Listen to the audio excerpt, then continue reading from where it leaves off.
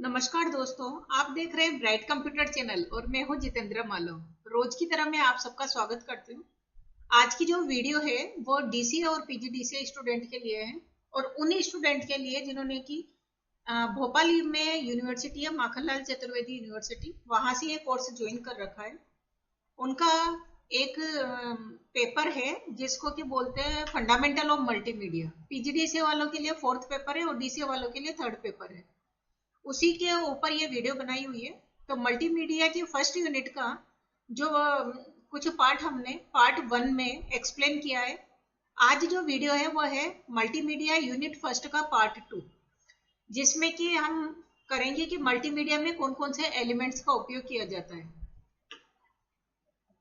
यानी उसमें मल्टीमीडिया में जब भी अपन कोई ग्राफिक्स तैयार कर रहे हैं, प्रेजेंटेशन तैयार कर रहे हैं, तो उसमें हम किन किन एलिमेंट्स का उपयोग करेंगे। वो है text, image, sound, animation and video.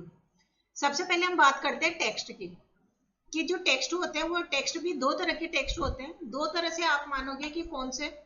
तो एक तो हम नोटपैड पे सिंपल टेक्स्ट लिखते हैं, नोटपैड पर सिंपल टेक्स्ट लिखते हैं जहां पर कि हम उसको फॉर्मेट नहीं कर सकते। फॉर्मेट का मतलब होता है कि टेक्स्ट जो लिखे हुए हैं उनको थोड़ा सुंदर बनाना। सुंदर से मतलब बोल्ड, इटैलिक, अंडरलाइन, उनकी साइज को ग्रो करना, टेक्स्ट का कलर देना, ये सब होता है फॉर्मेटिंग का मतलब। तो टेक्स्ट में अल्फा न्यूमेरिक कैरेक्टर होते हैं। अल्फा न्यूमेरिक का मतलब है अल्फाबेट और नंबर्स दोनों से मिलके जो बने होते हैं, जिनका प्रयोग सूचना को बनाने के लिए किया जाता है। देखिए, सूचना क्या होती है कि मीनिंगफुल अगर कोई हमारे पास डेटा है तो वह कहलाएगी सूचना। टेक्स्ट ऐसी सूचना प्रदान करता है जिसका कोई अर्थ होता है। आगे ना यहाँ पर कि मीन, जिसका कोई मीनिंग हो या कोई मीन हो, वो क्या कहलाएगा? आपका सूचना या इंफॉर्मेशन। टेक्स्ट सबसे सरल डेटा टाइप है जिसे सबसे कम स्टोरेज स्पेस चाहिए। यानी जब उसको स्टोर करते हैं सेवेज के द्वारा या कंट्रोल एस प्रेस करके, तो उसको मेमोरी के अंदर बहुत कम स्पेस की आवश्यकता होती है। मल्टीमीडिया के लिए टेक्स्ट डिजाइन करने में सही फोंट स्टाइल का चुनाव, सही फोंट कलर, फोंट साइज का चुनाव आदि शामिल होता है। कि अगर हम ऐसे कोई बना रहे हैं या टेक्स्ट वगैरह लिख रहे हैं तो वो उनका जो टेक्स्ट का साइज लगभग सेम रहे। हेडिंग है तो उसका थोड़ा सा फोंट का साइज बढ़ा सकते हैं, उनको बोल्ड भी कर सकते हैं। दूसरा है कि सही फोंट कलर, फोंट का कलर भी जैसे यहाँ पर सिंपल हमारे चल रहे हैं नोट्स, तो एक ही कलर हमने दिया हुआ है। लेकिन कहीं ऐसे कोई बीच में कोई है ऐसा टेक्स्ट जिसको अलग से हाईलाइट करना है, तो उसके लिए अलग से हम कलर डाल सकते हैं। और फॉन्ट का साइज 8 to 72 होता है by default, 8 point two 72 point. इन सबको मल्टीमीडिया टेक्स्ट में गुणात्मक और परिणात्मक दोनों पहलू शामिल होते हैं। इसमें एडिट सॉफ्टवेयर आते हैं कि हमने जो टेक्स्ट लिखा है उसको किस तरह से एडिट करेंगे। टेक्स्ट के लिए हार्डवेयर की आवश्यकता, कि जब भी अपन टेक्स्ट लिखते हैं तो किन किन हार्डवेयर की आवश्यकता होती है, यहाँ पर देखिए। कंप्यूटर का प्रयोग करके टेक्स्ट प्रोसेसिंग करने में निम्न हार्डवेयर डिवाइस की आवश्यकता होती है। डाटा एंट्री करने के लिए कीबोर्ड सबसे महत्वपूर्ण इनपुट डिवाइस है। देखिए, जब भी अपन डेटा को इनपुट करते हैं तो कीबोर्ड हमारे पास होना चाहिए, जिसपे alpha numeric keys, function keys, उसके बाद insert, home and, page up and page down, space bar, कई सारी कीज होती है और अलग अलग कीपैड होते हैं। दूसरा है ऑप्टिकल कैरेक्टर रीडर, OCR, जिनको कि हम डायरेक्ट स्कैनर के माध्यम से भी इसको रीड किया जा सकता है, जिसमें पिक्चर, ग्राफिक्स आदि हो सकते हैं। इनपुट करने के लिए प्रयोग में आता है।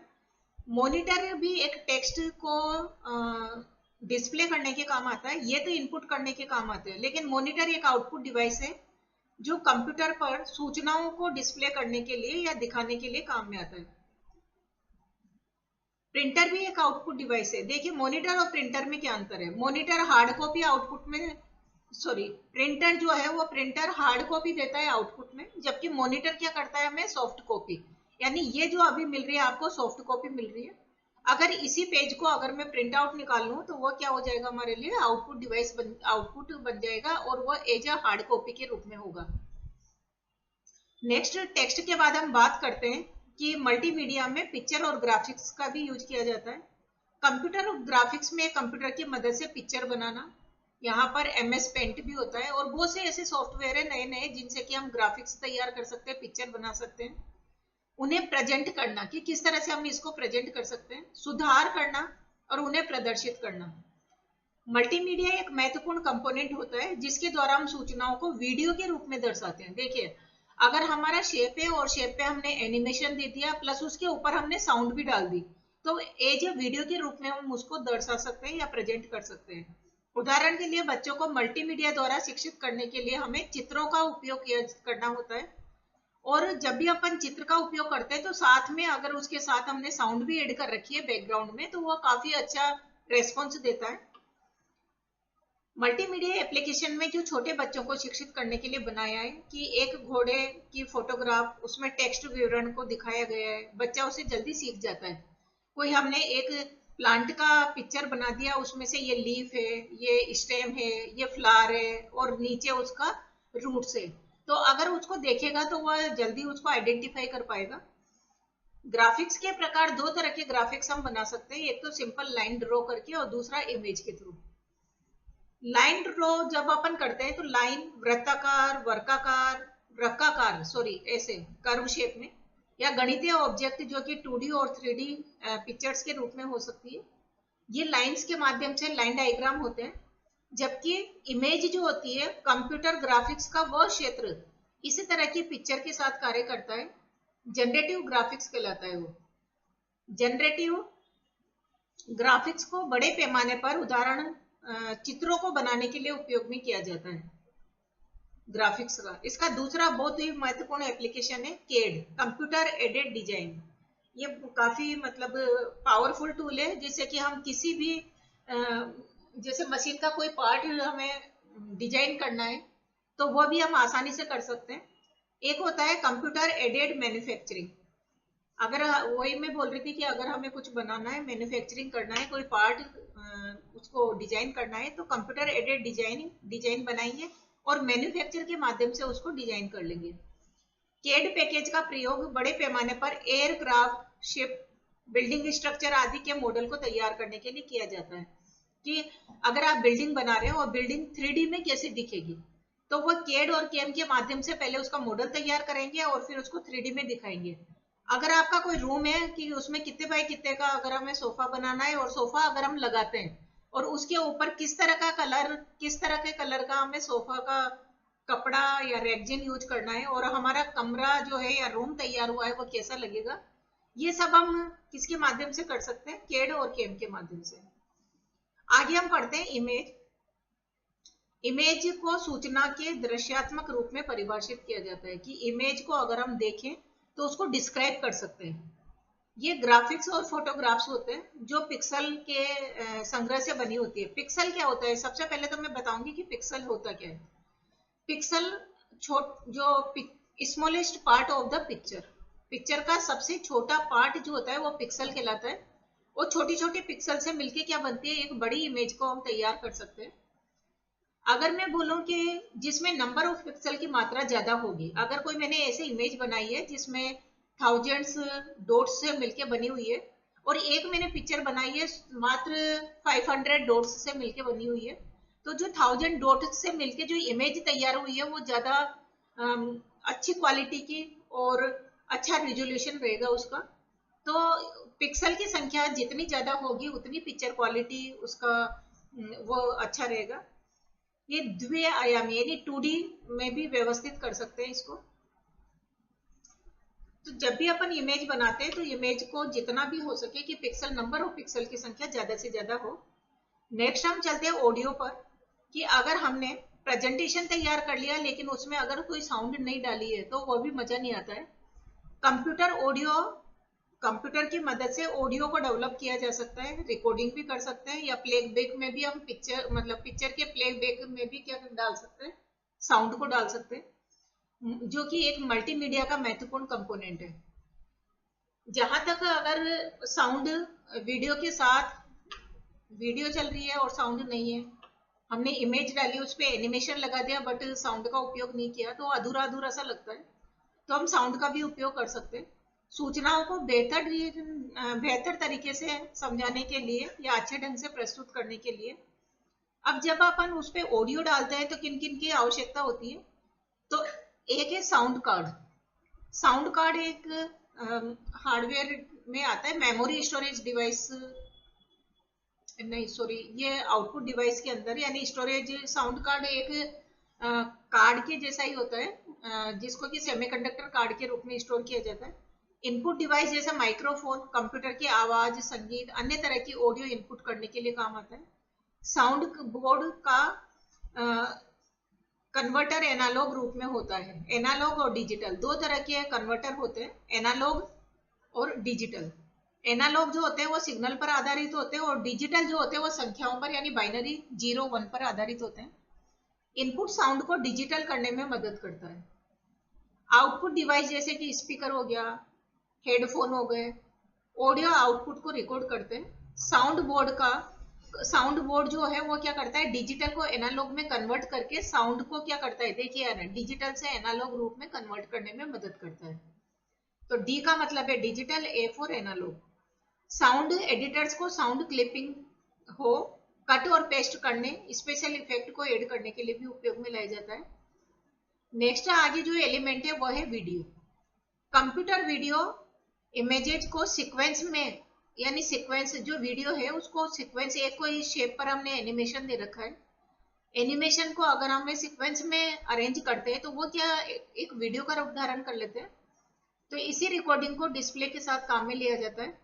प्रत्येक अलग अलग इमेज जो कि सीक्वेंस में होती है एक फ्रेम कहलाती है। एक हमने फ्रेम बना दिया, कोई भी मूविंग करता हुआ आगे बढ़ता जा रहा है और उसके ऊपर इफेक्ट दे दिया तो वो एज ए वीडियो के रूप में हमें शो होगी। प्रति सेकंड 25 से 30 फ्रेम डिस्प्ले किए जाते हैं, तो ऐसा लगता है कि वो घूमता हुआ हमें दिख रहा है। एक कोई इमेज है और उसके ऊपर हमने ऐसे रोटेशन दे दी है और हर सेकंड में उसके ऊपर रोटेशन बढ़ता जा रहा है, तो ऐसा लग रहा है कि वो घूमती हुई नजर आ रही है। एनिमेशन क्या होता है, पावर पॉइंट में हमने काफी अच्छी तरह से पढ़ा है और आपने भी पढ़ा है। पावर पॉइंट एक ऐसा टूल है जो कि काम करने में काफी इजी और इंटरेस्टिंग रहता है कि यहाँ पर हम पिक्चर को बना सकते हैं, उनके ऊपर एनिमेशन दे सकते हैं, ट्रांजिशन सेट कर सकते हैं और चाहे तो साउंड भी दे सकते हैं। यह एक दृश्यात्मक मोमेंट इफेक्ट जो स्वतः होते हैं, बिना किसी मैनुअल यूजर इंटरेक्शन के रेफर कर सकते हैं। मतलब हम इसको विद माउस क्लिक करके या विदाउट माउस, यानी ऑटोमेटिक भी हम इसको एनिमेशन को चला सकते हैं।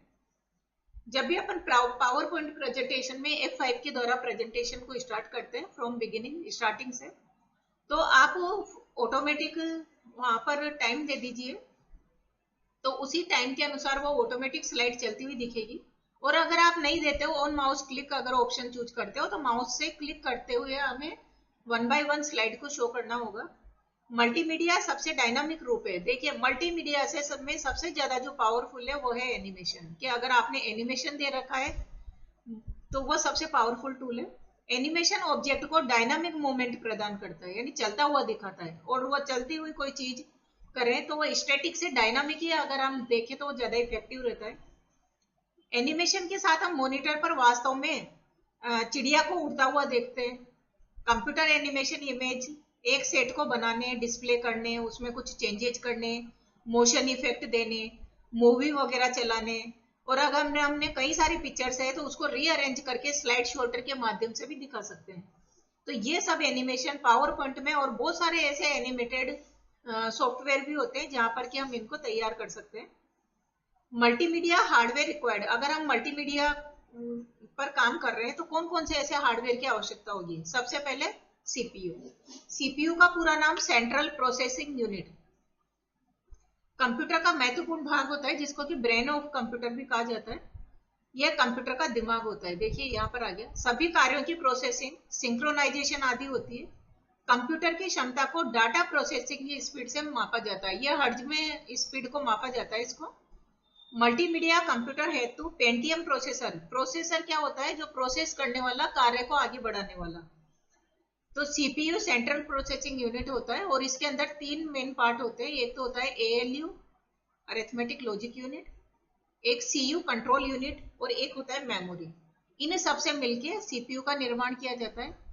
डेटा को इनपुट करना है तो input device as a keyboard, mouse, और आउटपुट में अगर शो करना है तो monitor, printer, speaker, next, CPU के बाद में जो हार्डवेयर रिक्वायर्ड है वो है मॉनिटर।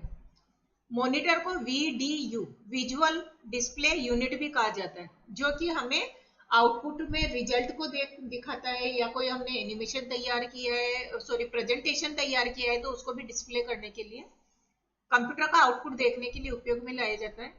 SVGA होना चाहिए, मतलब मॉनिटर जो है वो क्या है, सुपर वीडियो ग्राफिक्स अरे, यानी जो पिक्चर क्वालिटी अच्छी HD मूवी वगैरह को दिखाने के काम में है। Video capture card, video capture card हमें कंप्यूटर की प्रोसेसिंग हेतु एनालॉग सिग्नल को डिजिटल सिग्नल में बदलता है। देखिए, एक हमने पढ़ा था इनपुट और आउटपुट डिवाइस, जिसमें भी हमने पढ़ा था मॉडेम, जो कि डिजिटल को एनालॉग और एनालॉग में डिजिटल में चेंज करता है। मॉडेम मॉड्यूलेशन और डी मॉड्यूलेशन।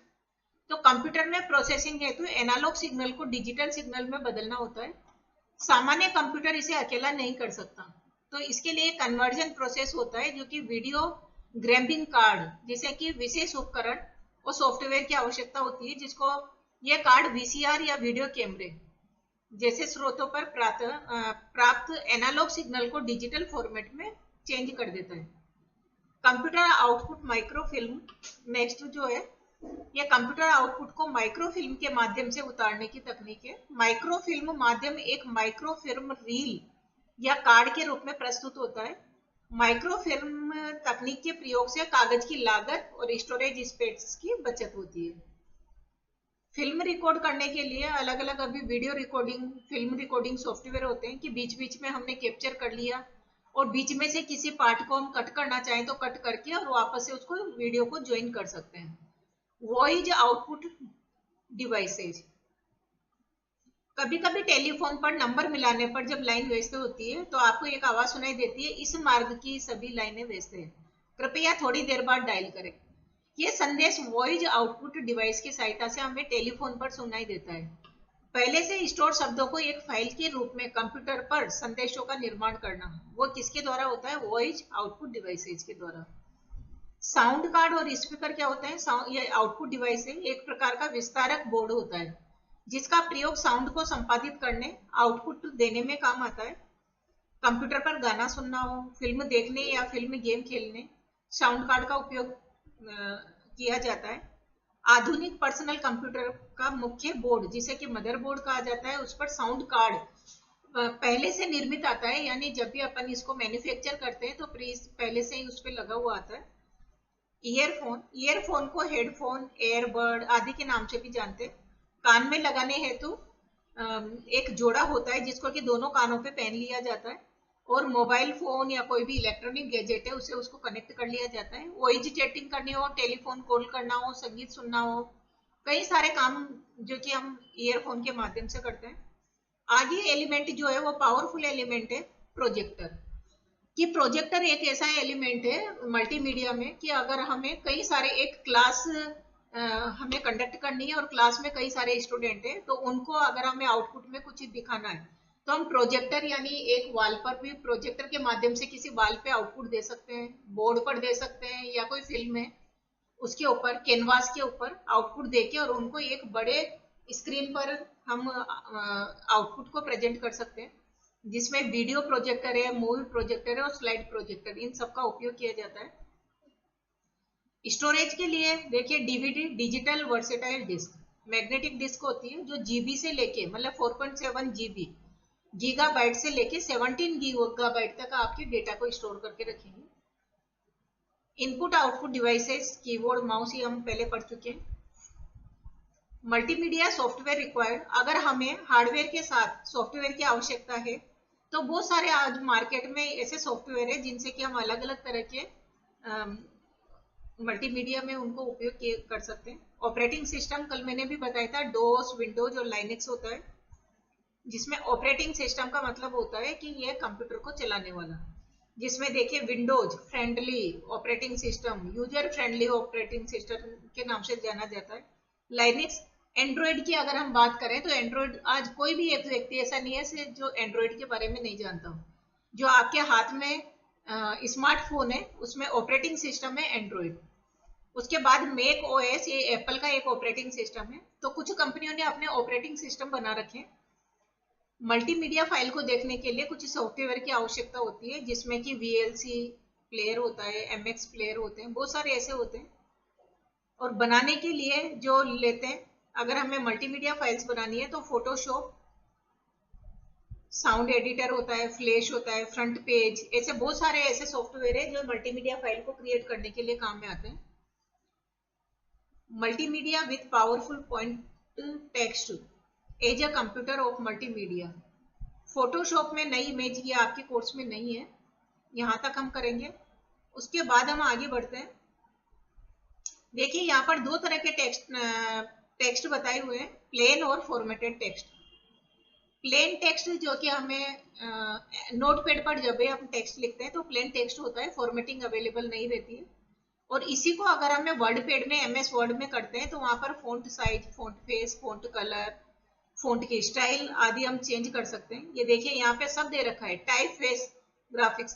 करेक्टर एक फैमिली होती है जो कि आमतौर पर कई प्रकार के साइज स्टाइल शामिल होते हैं।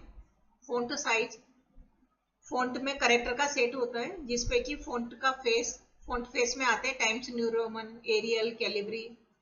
उसके बाद उसमें अगर हम फॉर्मेटिंग देना चाहें तो बोल्ड, इटैलिक, अंडरलाइन, ये देखिए bold, italic, underline. Times New Roman है, टाइम्स इटैलिक है, टाइम्स बोल्ड है, टाइम्स बोल्ड इटैलिक, ये फॉन्ट फैमिली का ही पार्ट है। फॉन्ट की स्टाइल, अलग अलग तरह के फॉन्ट जिसको कि अंडरलाइन कर सकते हैं, स्ट्राइक थ्रो कर सकते हैं, ये कौन से होते हैं, आपके फॉर्मेटेड टेक्स्ट होते हैं। और प्लेन टेक्स्ट जो कि नोटपैड पे सिंपल हम लिखते हैं वो प्लेन टेक्स्ट है। तो ये यूनिट फर्स्ट यहाँ तक आपका कंप्लीट हो गया कि यूनिट फर्स्ट में जो आपके मल्टीमीडिया यूनिट फर्स्ट है, डायमेंशन ऑफ फॉन्ट, फॉन्ट को मेजर करने के लिए उसका डायमेंशन किस में नापा जाता है, पॉइंट्स में नापा जाता है। कि अगर हम बोलें कि पॉइंट को का मेजरिंग यूनिट क्या है तो वो है पॉइंट। और मिनिमम 8 और मैक्सिमम 72 होता है बाय डिफॉल्ट, कि उसका पॉइंट का जो by default size 8 to 72 point होता है। तो दोस्तों आज की इस वीडियो में जो मैंने आपको मल्टीमीडिया के कौन कौन से एलिमेंट है और उनको बनाने के लिए कौन कौन से ऐसे सॉफ्टवेयर का उपयोग करते हैं, तो ये एक पूरा थ्योरेटिकल पेपर है। थ्योरेटिकल पेपर है जिसमें कि आपने कुछ फंडामेंटल पढ़ा है उसमें से है, उसके बाद आपने पावर पॉइंट यूज किया है उसमें से है, MS वर्ड उपयोग में लाया उसमें से कुछ पार्ट है, और इनपुट आउटपुट डिवाइस भी है। साथ में हमने पढ़ा यहाँ पर एनालॉग और डिजिटल कंप्यूटर भी है, तो टाइप्स ऑफ कंप्यूटर है। तो आपने जो वर्ड, जो फंडामेंटल ऑफ कंप्यूटर पढ़ा है, PC पैकेज पढ़ा है, उन्हीं सबका मर्ज करके और मल्टीमीडिया में डाला हुआ है।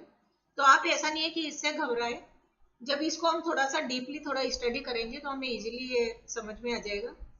तो मिलते हैं अगली वीडियो में। अगर कोई आपके डाउट है तो आप यहाँ पर कमेंट सेक्शन में डालिए। और सभी PGDCA DCA स्टूडेंट से मैं ये कहना चाहूंगी कि अब आप अपना जो पढ़ाई का समय है वो थोड़ा ज्यादा बढ़ा दीजिए और अपनी जो स्टडी है उसको प्रोसेस में लाइए, क्योंकि समय नजदीक आ रहा है आपके। तो all the best for the examination, और मिलते हैं अगली वीडियो में मल्टीमीडिया की नेक्स्ट यूनिट पार्ट 3 में। Have a nice day, thank you.